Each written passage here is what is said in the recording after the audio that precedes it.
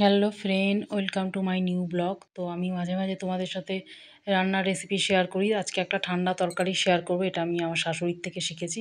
তো চলো, সবজিটাকে সেদ্ধ করে, সব রকম সবজি নিয়ে নেবে গরমকালে যে যা যা পাওয়া যায়, সেদ্ধ করে জল ঝরিয়ে নিয়েছি। এখানে পাঁচফোড়ন দিয়ে দিলাম কড়াই আমি, তারপর আদা বাটা তেজপাতা দিয়ে দিলাম। দিয়ে তারপরে আমি বড়া, মটর ডালের বড়া ভেজে রেখেছি। ওই একই তেলের মধ্যেই সবজিটা রান্না করব। মটর ডালের বড়াটা ভেজে রেখেছি, এখন তারপরে তেলের মধ্যে আস্তে আস্তে সবজিগুলো আমি দিয়ে দেবো এক এক করে। তো খুবই সামান্য তেলে রান্না হবে, যেহেতু এটা গরমকালের খাবার, তো সামান্য তেলে ঠান্ডা তরকারি বলতো আমার শাশুড়ি এটাকে। তো সবজিটা খুব সুন্দর করে এটা নাড়াচাড়া করব তেলের মধ্যে। আর কোনো মশলা সেরকম কিচ্ছু পড়বে না এর মধ্যে, সামান্য হলুদ পড়বে, হলুদ আর জিরের গুঁড়ো পড়বে, সামান্য একটু জিরের গুঁড়ো। আর এটা নুন লবণ দিচ্ছি, হলুদ আর লবণ দিয়ে একটু নাড়াচাড়া করব, তারপরে একটু সামান্য জিরের গুঁড়ো দেবো। তো এই সবজিটা একটু ঝোল ঝোল হবে। তো এটা খেলে শরীরও ঠান্ডা থাকে, আমার শাশুড়ি বলতো, আর সত্যি খেতেও ভালো লাগে। আমি অনেক দিন পর করলাম, শাশুড়ি মারা গেছে।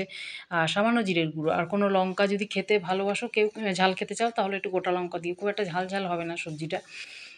যার কারণে এটা একটু মানে বেশি জল জল দেবো, এটা ঝোল ঝোল হবে, এটা কষা মাখা মাখা হবে না। তো এটার মধ্যে একটু বেশি জল পড়বে।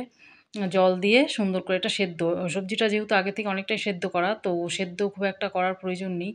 জলটা দিয়ে আর একটু বেশি জল পড়বে, একটু ঝোল ঝোল হবে। বলছি আমি তো প্রথম থেকেই বলছি, এটা ঠান্ডা তরকারি, একটু ঝোল ঝোল হবে, খেতেও খুব ভীষণ সুস্বাদু খেতে। তোমরা এটা ঘরে ট্রাই করে দেখতে পারো। আমি মাঝে মাঝে তোমাদের সাথে সুন্দর সুন্দর রেসিপি শেয়ার করি। আর আমার রেসিপিগুলো যদি ভালো লাগে অবশ্যই লাইক কমেন্ট শেয়ার করে পাশে থেকো বন্ধুরা। আর বড়াগুলো এখন দিয়ে দেবো এর মধ্যে। বড়াগুলো দিয়ে এটা খুব একটা বলেই দিয়েছি আগে, সেদ্ধ হবে না খুব একটা। এটা সামান্য একটু ফুটলেই এটাকে নামিয়ে নেব। আমার রেসিপি ভালো লাগলে অবশ্যই তোমরা আমার এটাকে লাইক কমেন্ট করে পাশে থেকো আমার।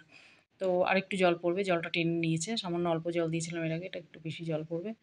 কেমন লাগলো আমার এই রেসিপিটা অবশ্যই জানাবে তোমরা। অনেক দিন পর একটা রেসিপি শেয়ার করলাম।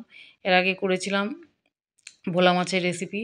তো সেটা অনেকের খুব ভালো লেগেছে, খুবই পছন্দ হয়েছে রেসিপিটা। তো এই রেসিপিটা কেমন লাগলো তোমরা অবশ্যই জানাবে আমাকে।